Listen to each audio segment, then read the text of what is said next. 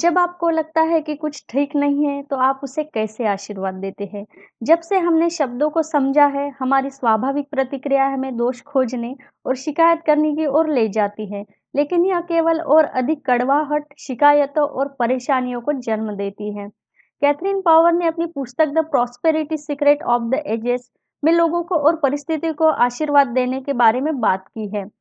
यह एक बहुत ही शक्तिशाली अभ्यास है जिसका तुरंत प्रभाव पड़ता है। यह किसी व्यक्ति या चीज के प्रति प्रेम पूर्वक ऊर्जा को विकीर्ण करने के बारे में है। कैथरीन पावर की अपनी पसंदीदा में से एक है मैं आपको आशीर्वाद देता हूँ और आपके भीतर मौजूद ईश्वर जीवन की भलाई के लिए आशीर्वाद देता हूँ। हम अपना आशीर्वाद खुद बना सकते हैं। जब हम किसी व्यक्ति की ओर ऐसे विचार और कंपन भेजते हैं तो उनके द्वारा उसे किसी तरह प्रतिक्रिया देने की संभावना अधिक होती है। यह हमेशा उन्हें शाप देने से कहीं बेहतर परिणाम देता है। कब आशीर्वाद दें? जब भी हम किसी पर क्रोधित होते हैं या उनके साथ असहमति को सुलझा नहीं पाते। कैथरीन की किताब में उन्होंने ऐसे कई उदाहरण दिए हैं जब लोगों ने कर्जदार को आशीर्वाद दिया और उन्हें समृद्ध और भुगतान करने में सक्षम देखा तो उन्हें उनके कर्ज का भुगतान किया। हमारे शरीर में कोई भी अंग जो दर्द या बीमारी का अनुभव करता है, उसे आशीर्वाद दिया जा सकता है। हम खुद को और अपनी भावनाओं को भी आशीर्वाद दे सकते हैं। परिणाम अक्सर आश्चर्यजनक होता है। एक बॉस या सहकर्मी जो काम के जीवन को कठिन बनाता है, वह हमें परेशान करना बंद कर सकता है। एक बार जब हम उन्हें आशीर्वाद और स्थिति को आशीर्वाद देना शुरू करते हैं, यह आश्चर्यकारक कि कितनी भरोसेमंद तरीके से काम करता है। बिलों और लेनदारों को आशीर्वाद दें और उनकी सेवा के लिए उन्हें धन्यवाद दें। एक बार जब हम ऐसा करना शुरू कर देते हैं, तो हमारे पास हमारे समय पर उन्हें भुगतान करने के लिए पैसे होंगे। यात्रा की योजनाओं को आशीर्वाद दें और उन्हें सुचारू रूप से चलते हुए देखें। रास्ते में हर चीज को आशीर्वाद दें और हम इसका अधिक आनंद लेंगे।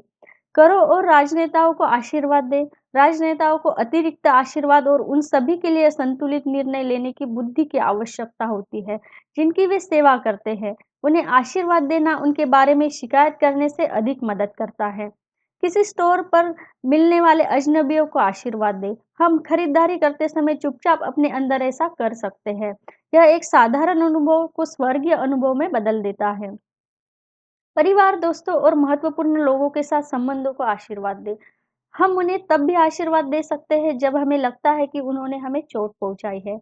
जब हम किसी के द्वारा हमारे खिलाफ किए गए गलत कामों के बारे में चिंता करना बंद कर देते हैं और उन्हें आशीर्वाद देना शुरू कर देते हैं, तो रिश्ते तेजी से ठीक होते हैं।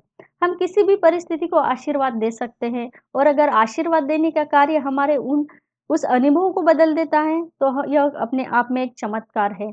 सबसे बड़ा चमत्कार चेतना में बदलाव है। बाकी सब कुछ वहीं से होता है। कंपेन फॉक्स ने कहा, किसी चीज को आशीर्वाद दे और वह आपको आशीर्वाद देगी। किसी चीज को शाप दे और वह आपको शाप देगी। अगर आप जीवन में किसी चीज पर अपनी निंदा करते हैं, तो वह आपको वापस मार देगी और आपको चोट पहुंचाएगी। अगर आप किसी परिस्थिति को आशीर्वाद देते हैं, तो उसमें आप चोट पहुंचाने की शक्ति नहीं होती और भले ही वह कुछ समय के लिए परेशान करने वाली हो और वह भले ही तो वह धीरे-धीरे खत्म हो जाएगी। अंत में कई लोगों को ऐसा करने की क्षमता का आकलन करते हैं। जैसे-जैसे हम हर किसी चीज़ को आशीर्वाद देने लगते हैं और अपनी वर्तमान क्षमता को आशीर्वाद देते हैं, यह और भी गहरी और मजबूत होती जाती है। हम जो अभ्यास करते हैं, वह मजबूत होता है।